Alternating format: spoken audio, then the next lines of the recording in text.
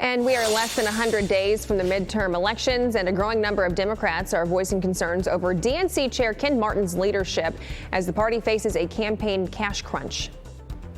Do you have confidence in him as leader of the DNC? Well, I think we always have to look at where things are at and understand that we need to do better. And I think he understands how important it is. The DNC is an important partner and they need to do better. I think they understand that. Some Democrats are even calling for Martin to step down. Federal Election Commission records show the DNC ended June $2.2 million in debt. Meanwhile, the Republican National Committee reported $128.5 million in cash on hand and no debt. Ash, I will see your Democrat dysfunction and raise you a whole lot of socialism. It continues as Socialist and Wisconsin gubernatorial candidate Francesca Hong is now claiming she does not remember calling for the Senate to be abolished. That's despite explicitly posting on her X account, quote, abolish the Senate, back in February of 2021. I think it's pretty clear her communications director does not. Provides the following statement to Fox News Digital, quote, Representative Hong has never called for abolishing the U.S. Senate. Tiffany, that of course referring to Tom Tiffany, who's running on the Republican side for governor, not the 80s pop singer who's saying, I think we're alone now, cannot produce a single statement where she did, because it does not exist. The post is from February 13th, 2021. It was a frustrated reaction. It is not her current position, and it is not something a governor has any role in. Now Hong claiming she doesn't support the DSA's full platform at all. I do not support the full platform of the national DSA, and I'm not endorsed by DSA National. What democratic socialism is a form of government that puts working class people first, that puts work first. Joining us now to react is senior writer for the Washington Examiner and Fox News contributor Joe Concha. Joe, why can't these people who write this crazy stuff online just admit to it and be like, hey, you know what? I did say it and I did stand by it, and just own up to it? Because I think people would have more respect for them if they said, hey, yeah, I did do that, but let's change our tune here now. It's so easy. Right? It's not hard. Just do it. It's that simple. We saw it with Joe Biden, for example, right? In terms of the things he said, and then, well, he really didn't say it. They're cheap fakes, right? This is the cheap fake sort of analogy here at this point. Now, here's the problem. What we see here with DSA candidates is that they have to own what they have said.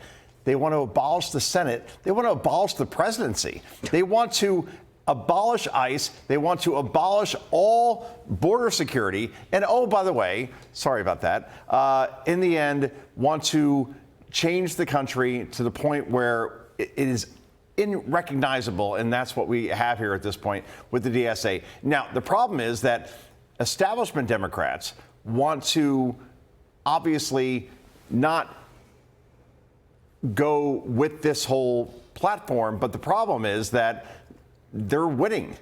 The DSA is winning, and that's the whole problem, Todd. Let's get into the panic. A small band of socialists sowing panic with the Dems. Quote, the DSA are advancing and stirring consternation. This is in the Wall Street Journal. Sometimes panic among mainstream Democrats, dreading their own Tea Party moment. Once a baby boomer relic, the DSA now counts more than 120,000 members, about half of whom joined since late 2024 after Israel's war in Gaza ignited campus protests nationwide and energized young recruits. So just to be clear, we saw what happened on October 6th, and some people decided, hey, I'm going to choose the side of the Gazans. That's besides the point.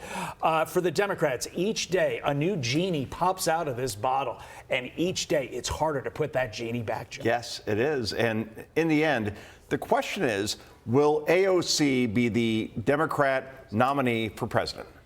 Because if El Said wins in Michigan, for example, a purple state completely and totally, like Donald Trump won there twice, if he wins, then therefore the Democratic Socialists of America then say, okay, we have a total platform for a national kind of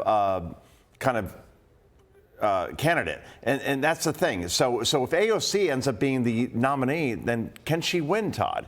Can she win, Ashley? And I don't think she can, because when you obviously have all these different platforms as far as abolishing the Senate, abolishing ICE, abolishing all these things. Can that win nationally? I don't think so. We will see. And I think Michigan and Wisconsin are going to be the key indicators. Well, I mean, the DSA, they're really testing the waters with this, and it's frightening.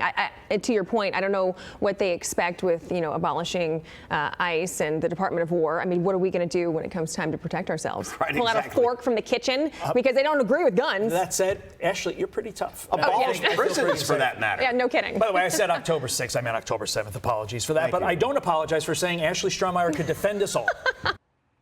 Be sure to like and subscribe for all the Fox News latest on YouTube and catch full shows streaming now on Fox One.